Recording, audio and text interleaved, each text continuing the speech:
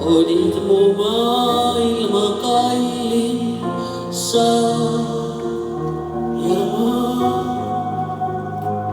See muinaslugu kaotas meile. No Diana, nüüd on see esitlus tehtud.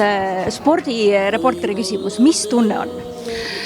Selline kummaline tunne, ikka hea tunne on. Ütleme nii, et rahvast oli palju ja inimesed olid soojad ja armsad ja selline soe tunne.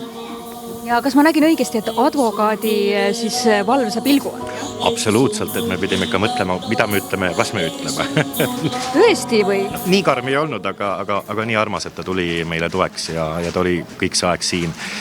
Andis nagu sellise jõu küll, absoluutselt. Aga Diana, mida te tegelikult olete nüüd viimased nädalad läbi elanud? Et pealkiri on ju ka, et nüüd julgen rääkida, Laur rääkis, et nüüd julgen elada. Olite te valmis millekski selliseks? Ei olnud valmis, et ei tohiks julgeda elada ja rääkida.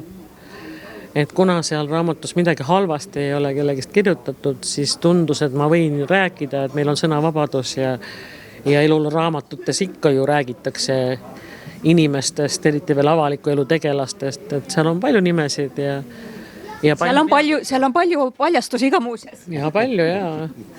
Et selles mõttes, ei tulnud selle peale, et ei tohi rääkida. No kas keegi on veel kaevanud, et ma ei tea, võib-olla mõnele ei meeldi, mis seal veel nende kohta kirjas on? Ei ole keegi kaevanud. Aga kas oli selline mõte, et te näitate neid peatükke ette, mis neid konkreetseid inimesi puudutab? Ei ole mõelnud niiviisi. Et ma ei saa kõigile hakata ette näitama, et kas ma tohin elada või. Et ei ole. Kas seal siiski on midagi, mis võis nüüd selle teatud perekonna lähedastele tulla täieliku üllatusena või nad teevad lihtsalt näo, et see oli liig? Täieliku üllatusena ei tohiks midagi olla, sest nad olid teadlikud, et ma olen olemas. No Gerdo, kummal siis on avameelsem raamat? Teil või Dianal? Ühe mehe sulest? Kindlasti Dianal, sellepärast, et Diana raamatul on võib-olla kaal suurem. Aga jah, Diana raamatul on võib-olla siis rohkem paljastusi, aga meil on tõesti sarnased elulood ja need teed on väga sarnased. Aga jah, kindlasti Dianal. Kui palju jäi rääkimata, Diana? Ei jäänud eriti. Sai nagu kõik räägitud ära.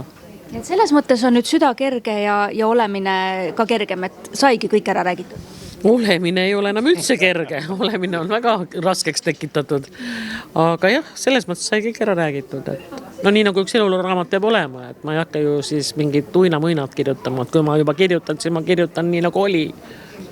Jah, et küll ma olin tubli ja küll ma olin pai ja õppisin seal ja käisin teatris ja midagi ei juhtunud ja muidku laulsin ja käisin seal filmis. Või teine variant, et küll ma olin halb ja paha, aga teised olid kõik head. Mina olen kirjutanud, et ma olin ise halb ja teised olid ka nii ja aga kellegi kohta halvustavalt midagi ma ei ole kirjutanud.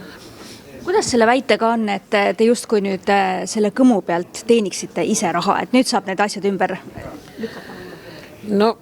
Sina oskad selle kohta öelda, me oleme sellest rääkinud ja me arutasime siin oma, et ma võin ka ise öelda. Ja, et meil oli see, et Kristjani käest ma nüüd küsisin loa, eks ole, aga tõepoolest tegelikult haginõue oli 24 500 euri.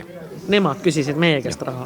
Mitte 24 000 või 20 000, vaid 24 500 euri.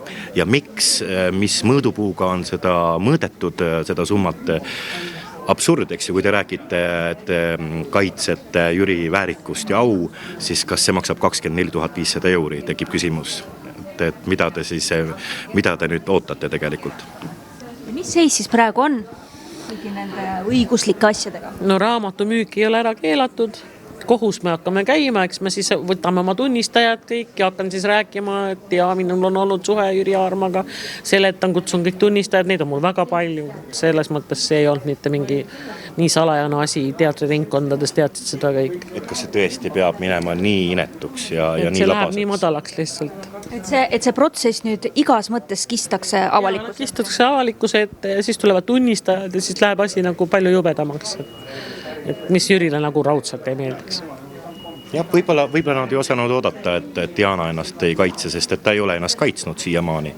Et me tõepoolest võtsime selle otsuse, et me kaitseme ja me läheme tulle, sest et kompromiss ka enne seda pakuti, kuid kuid ma juba põhimõtteliselt nähes, kuidas Diana on seda läbi elanud enne juba 6 aastat, millistes valudes ta on olnud, kus tal on ka lein ja ta on ka inimene, tal oli ka armastus, siis ma ütlesin põhimõtteliselt, et me läheme võitlusesse ja siin me oleme.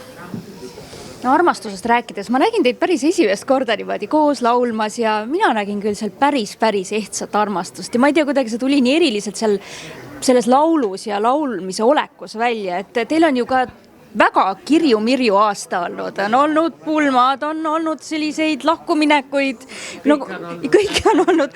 Mis te nüüd uuelt aastalt soovite, et natukene rohkem rahu ja stabiilsust äkki? Jaa, tahaks natuke rahu ja sellist koos kulgemist rahulikult, et me saaksime kodus rahulikult filme vaadata, nagu meile meeldis, siis kui olid veel rahulikud ajad. Ja lihtsalt omavahel olla, reisida ja tunda lähedust. Ja me tunneme tõesti igatsust sellest kodus filmide vaatamisest, sellisest stabiilsest, rahulikust õhkkonnast. Eriti kui sa tuled veel peale esinemisi kuskilt melust, tuled koju, siis see uks läheb kinni, see on nii hea, siis me istume, me paneme teleka mängima, siis me räägime ja need on nagu meie aeg. Gerdo, kas te nüüd lubate, et natuke vähem skandaal uuel aastal? Säästke natukene Diana. Ma luban kindlasti, ma olen väga vagane, ma ei käi väljas üldse, ma ei julge. No vahel ikka võib. Peaks minema, aga ma ei julge, sest et kui käime, siis me käime välismaal väljas. Et mis juhtub Vegasesse, jääb Vegasesse. Aga Diana, mida teie ootate siis sellelt värskelt noorelt abielult nüüd uuel aastal? No just rääkisingi, tahaks sellist koos reisimist ja rahulikku filmi vaatamist ja vähem neid igasuguseid kohtuvärke ja rohkem sellist koos olemise aega, et oleks aega omavahel olla.